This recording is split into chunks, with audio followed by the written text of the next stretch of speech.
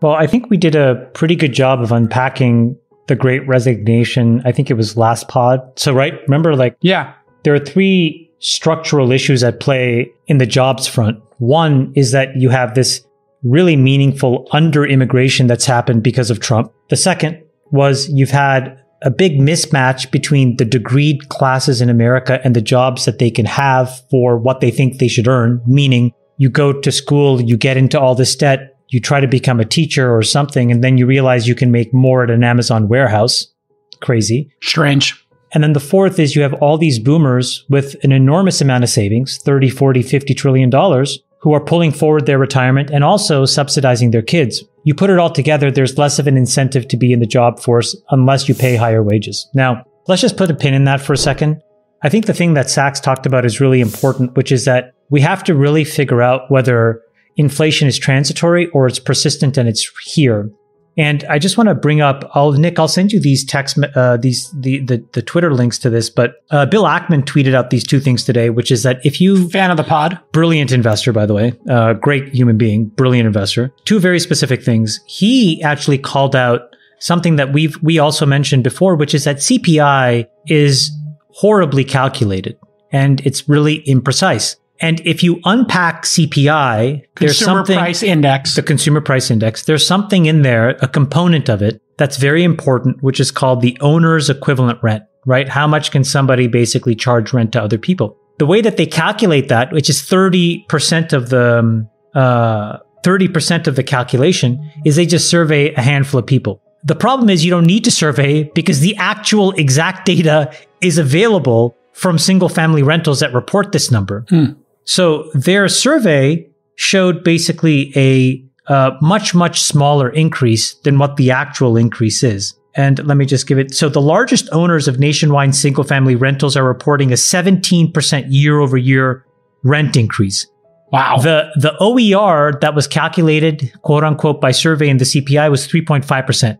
If you flow that through, it means that core CPI actually went from 4.9% today to actually 9%. And the CPI print, which was 6.8%, was actually 10.1%. So it just goes to show you we have sources of data that the government is not in a position to collect or measure. We have horribly inaccurate econometric models that we use. You know that phrase sort of shit in, shit out. So unfortunately, you get very bad garbage in, garbage out. You get very bad, crappy data. And now all of a sudden we're printing numbers. We're supposed to make policy against those numbers, but the numbers that underlie this decision making is fundamentally flawed, and it's flawed in the wrong direction.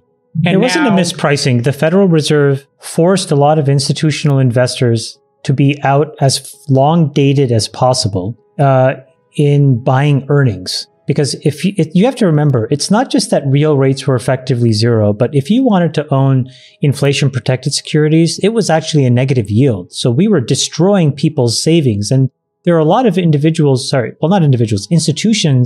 that must own some of these inflation-protected assets. So we were already in a negative yield environment. What are those folks supposed to do if they have to fund an 8% return a year to pay the pensions of, good people, firefighters, teachers, it's you name it, policemen, etc., right? They were forced to invest in the kinds of funds that would then go out further and further out into the future to buy the promise of future cash flows. And when all of a sudden a whole bunch of other assets that they held, which were supposed to be safe, implodes on them, right? Because all of a sudden inflation changes and the front end of the yield curve goes whoop. And all of a sudden, all these assets, when yields go up, prices go down. Now the fireman's pension is like, oh my gosh, we just lost all this money we never thought we were going to lose. And we're long all these, crazy tech stocks. And so then they're forced to sell so that their overall exposure goes down. That's called degrossing. Okay. And we've been going through a very painful process of this degrossing. Hedge funds are doing it in droves. And I think Biden is, and will ever be a really moderate, down the middle centrist. I don't think there's ever been an extreme bone in that man's body. He has always come off at, the word that I think when I've always thought of Biden, even now, is equanimity. The guy is a really down the middle person. He's not an extreme individual. I think that's the only kind of personality, by the way, that could have thrived for 8 years as a VP with Obama and had been in every room in every meeting. The problem Sachs, and tell me if you think this is totally off base, is that there was a head fake after he won the presidency where there was this fake lurch to the progressive left. And it turned out that it was a complete head fake because that whole cohort of people just totally jumped the shark. Because all that rhetoric then unfortunately turned out to be not worth much. It started to blow up in their face in every single election that's happened since then, at the local level in cities, at the state level in places like Virginia. And in the middle of all of that, I actually think what happened was that faction tried to push an extremely aggressive legislative agenda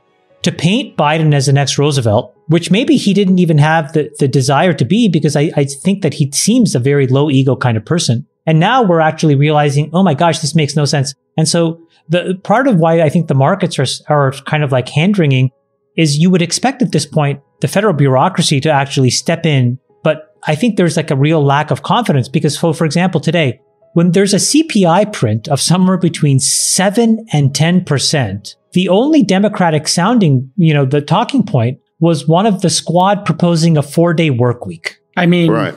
That is insane. That's guys, like you're in crazy debt and you're like, you know what we should do? Guys. We should spend more money and work less. When the CBO says we're about to go $3 more trillion into debt, the solution isn't to I actually think if you want to work less. Maybe you're lucky and your boomer parents can give you money, but there's a bunch of us like me who had to grind. I didn't have anybody to fall back on. And if you all of a sudden passed a law that said, hey, Chamath, you can only work 4 days a week, I would be really angry because you're depriving me of 20% more of a chance to beat all those other soft candy asses that went to all those fancy schools that weren't willing to work. Yeah, ignore. That's the stupidest suggestion. Let me work. Do you want to know one thing about crypto? I made over 3,000% in profit in a few weeks. Fact is, the traditional financial system, the traditional money system makes you poor, not rich. If you want to earn $500,000, $1 million, you have to wait until you're 50, 60, 70 in the traditional financial system, and you probably will still be broke. And you will be old. This is not a sexy combination, as you can imagine. But the question is, how can you start in crypto and make these profits? Where to invest? Where to start? My name is Gunnar and I'm from Germany, as you can hear, and things are a little bit different in Germany. More about that later on. Fact is, there are lots of different cryptocurrencies. It's a gigantic universe where beginners and professionals get easily lost. But there is light at the end of the tunnel. There are 7 key steps you need to follow to become successful in this market. You have to know them, and if you fail one of them, it's literally impossible to succeed in this market. Just an example, one of the key points is your exchange, and one of the biggest are, for example, Binance and Coinbase.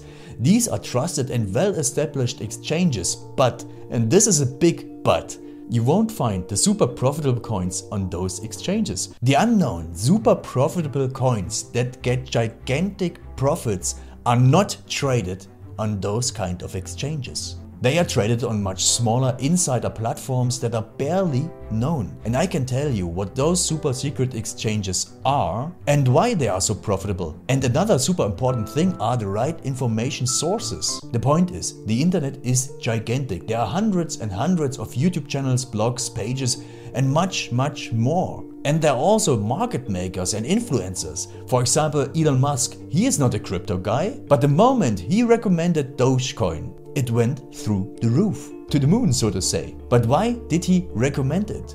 Where did he hear it from? He didn't hear it from newspapers. And believe me, he is listening to someone. But you have to know who, and you have to react before he is reacting.